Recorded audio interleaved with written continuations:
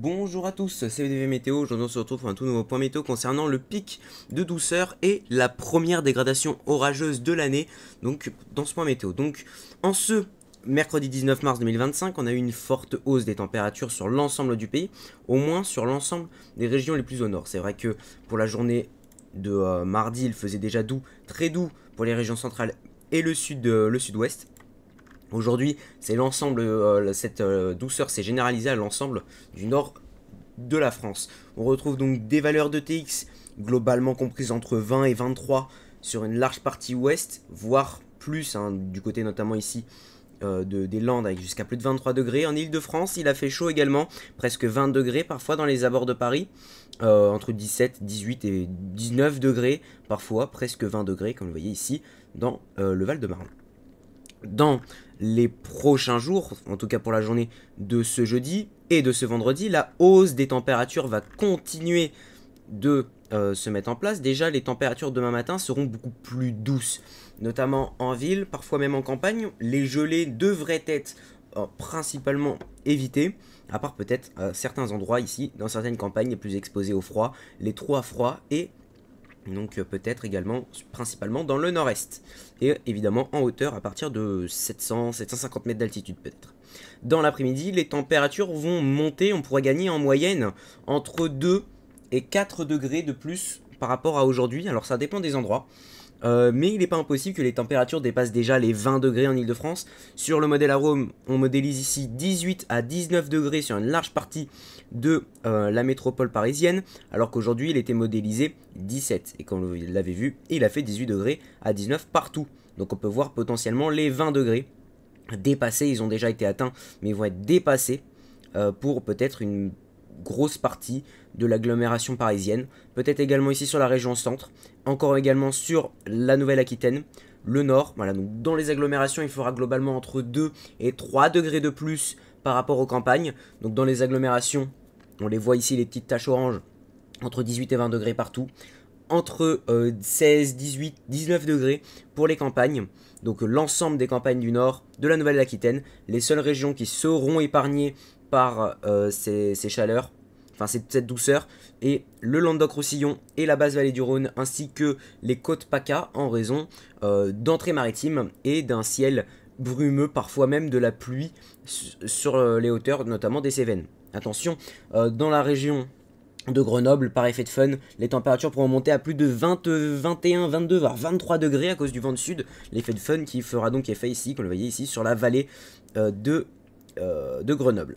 Pour la nuit suivante, les températures vont encore une fois monter d'un cran avec le vent, donc dans les zones les plus exposées à l'effet de fun lié au vent, les températures vont très peu redescendre, notamment sur le nord de la vallée du Rhône. Encore une grosse partie de la Nouvelle-Aquitaine avec des températures qui seront globalement comprises au plus bas de la journée entre 12 et 14 degrés. Ce sont des températures tout à fait estivales, et du moins l'équivalent d'un temps de mai. Environ un mois de mai, voire un mois de juin. Donc on est quand même sur une température minimale beaucoup plus douce, même y compris plus au nord, avec ici du côté de l'Île-de-France, une TN attendue à environ 10 degrés sur Paris, donc vendredi matin. Sur les campagnes, on attend quand même malgré tout encore quelques fraîcheurs résiduelles, peut-être une ou deux gelées dans les zones les plus exposées, évidemment à cause du rayonnement nocturne. Et là, pour la journée de vendredi, j'attire votre attention sur quelque chose qui est annoncé par les prévisions donc depuis quelques jours déjà. Alors, donc ce ne sera pas tout à fait uniquement sur le modèle Arome, on va changer de modèle juste après, mais là il faut que je vous montre la couverture nuageuse. Des nuages vont arriver par le sud du pays, quelques cirrus, comme vous voyez ici, qui arrivent donc, dès demain soir sur l'ensemble des régions sud et qui vont piloter ici un flux plus gris pour la journée de vendredi. Donc il fera moins beau vendredi. Cela dit, le soleil rayonnera quand même pas mal. Ici, comme vous voyez au nord, c'est que des cirrus. Cette image à l'appui. Ce ne sont que des cirrus globalement sur l'ensemble du pays, avec peut-être plus de nuages bas vers le sud du pays, un peu comme ces derniers jours, sauf que là ça va se généraliser un peu plus. Donc pour vendredi, les températures ne vont plus monter sur l'ensemble de la Nouvelle-Aquitaine. Au contraire, on pourrait perdre en moyenne entre 5 et 7 degrés. Parfois, donc au lieu qu'il fasse 24, il fera 17. Ce qui est quand même tout à fait honorable. Mais j'attire votre attention sur ces événements. Des averses qui pourront se développer ici, donc modélisés sur le modèle arôme pour la soirée du 21 mars, de vendredi, des orages qui pourraient se développer, des orages qui pourraient prendre un caractère très pluvieux pour la saison, en raison notamment de la quantité d'eau précipitable et de ces températures tout à fait élevées en altitude, et donc plus la température est élevée, plus ils peuvent contenir de l'humidité, et ainsi au niveau de l'eau précipitable on monte à plus de 26 à 28 mm, donc des conditions qui sont très bonnes. Vous voyez d'autres paramètres pour les orages comme la θE qui va monter à plus de 30, la θW qui se monte aussi, regardez ici au niveau de la zone de conflit, on passe de 16 à 10, mais c'est aussi au niveau de tous les paramètres de tourbillon. Vous voyez ici on a les cellules qui se forment ici dans des tourbillons. Alors ça ne veut pas forcément dire qu'il va y avoir des supercellules, bien que c'est un paramètre qui est à vérifier. Les vents verticaux, on voit bien les développements des orages ici, avec des beaux vents verticaux. Et donc plus les vents verticaux sont forts, plus évidemment le risque de précipitation est intense. Peut-être de la grêle, à voir. Les simulations satellites, on voit bien ici ces bulles rouges au niveau de la simulation satellite. Donc plus c'est rouge, ou même plus ça va dans les négatifs, plus les sommets nuageux sont hauts et donc froids. Donc ici on voit bien deux belles cellules qui se forment, alors peut-être pas d'organisation supercellulaire en tout cas, mais bon en tout cas il y a deux belles cellules qui sont modélisées, ça c'est sûr. Sur le modèle Icon, la Cape se localise principalement sur les régions les plus au sud, hein, vous voyez. Donc globalement on est sur le sud-ouest, avec ces averses qui se forment beaucoup plus tard sur Icon. Icon qui voit les averses dès la matinée, alors qu'à Rome, vous voyez ces paquets là à 20h, bah, beaucoup plus au sud, enfin 15h plutôt, beaucoup plus au sud. Et donc certains modèles commencent également à avoir des choses sur le nord. Alors Icon, c'est pas trop le cas, parce que c'était prévu aussi samedi, vous voyez, c'est assez poussif. Ça a du mal, autant dire qu'il n'y a pas de cape. Et donc c'est compliqué pour le développement d'orage, encore pour les régions du nord. Va peut-être falloir attendre encore 3-4 semaines avant le début de saison. Même si vous voyez qu'il y a quelques modèles qui commencent à voir sortir des choses. Notamment le modèle WRF qui voyait sortir une super cellule sur Paris hier soir. Finalement il n'y a plus sur ses prévisions. On voit quand même ici un amas peut-être orageux. Et par contre il modélise un peu de cape, hein. Il modélise un petit peu de cape ici du côté du nord. Mais pas grand chose, on est sur du 600 de cape. C'est déjà un signe, un petit signal. Donc vous voyez pareil le samedi, on voit bien ici un petit système se former. Également d'autres systèmes se développer pour samedi. Alors samedi sera dans des régions plus à l'est. Donc à voir, à vérifier.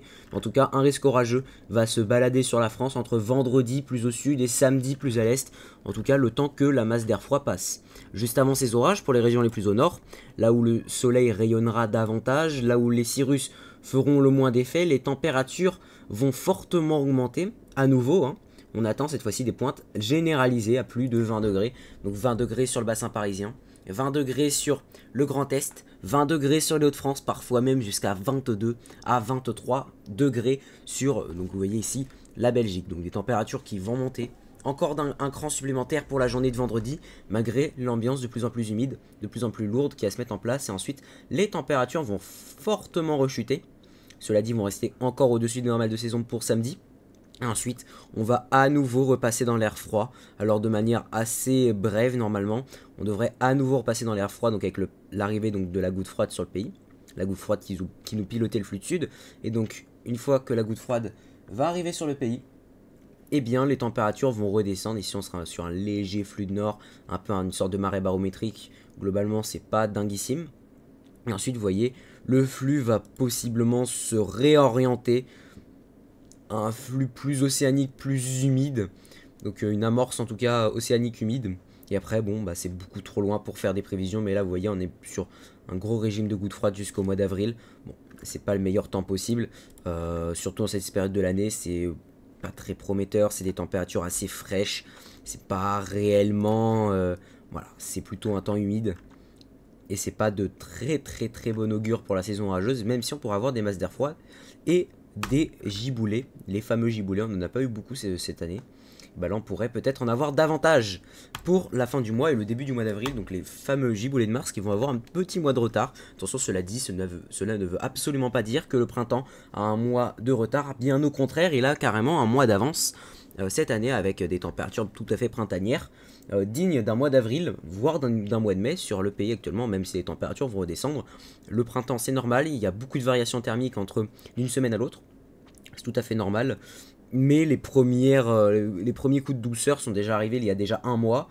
Et donc oui, le printemps a environ 3 semaines à un mois d'avance cette année. Donc voilà. Donc, les giboulées sont en retard, mais le printemps est bien à l'heure et même bien en avance cette année. Il n'y a pas de problème là-dessus. Donc bien au contraire, c'est même assez dérangeant. Vous voyez quand même donc d'autres modèles, Alaro qui ne voit rien du tout. Peut-être Alaro qui voit des températures un peu plus aberrantes, comme il en a l'habitude. Et encore, il est calme. Il est très calme à Alaro. Il voit pas grand chose. Bon, ça reste des températures tout à fait correctes. Hein. Pour une fin mars, c'est même vraiment très doux. Un bon coup de douceur. Mais bon, c'est déjà le deuxième du mois. En général, on a un par mois de mars. Là, on est déjà sur le deuxième coup de douceur du mois. C'est compliqué. C'est compliqué. Mais bon, on va faire avec. D'autres modèles après, non, il n'y a pas grand chose. Vous voyez, on voit bien ici la circulation de la goutte froide au milieu. Ici, cette petite cellule qui se forme au milieu de la goutte froide. Et vous voyez ici la circulation qui traverse le pays. Et donc les cumuls de précipitations qui pourront monter. Hein. J'en ai pas parlé sur les Cévennes notamment. Beaucoup de pluie. Encore une fois, hein, environ 100 mm localement. De la neige sur les reliefs à nouveau. Donc notamment sur les Alpes à partir de 1700 mètres, le Massif central localement, les Pyrénées à partir de 1700 mètres, 1800 mètres également. Bref, encore un plein de neige, même si on commence à arriver vers la toute fin de saison et la neige va rapidement perdre en qualité dans les Alpes et dans les Pyrénées. Elle a totalement perdu en qualité, je pense, dans le Massif central, surtout avec les températures qu'il fait, ouais, il n'y a plus de neige. Et là, il a du mal à voir la fonte de la neige, mais normalement, la fonte est bien enclenchée désormais avec les températures tout à fait printanières. Bref, donc c'était BDV Météo, on se retrouve très prochainement pour un nouveau point, et bye.